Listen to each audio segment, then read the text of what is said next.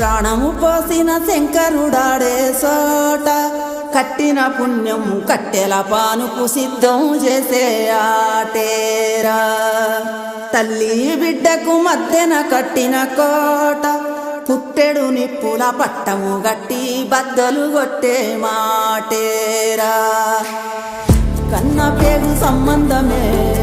కోరుకున్న ఆనందమే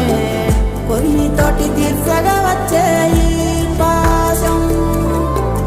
కాలమంతా నీ కోసమే వేసి ఉన్న ఈ ప్రాణమే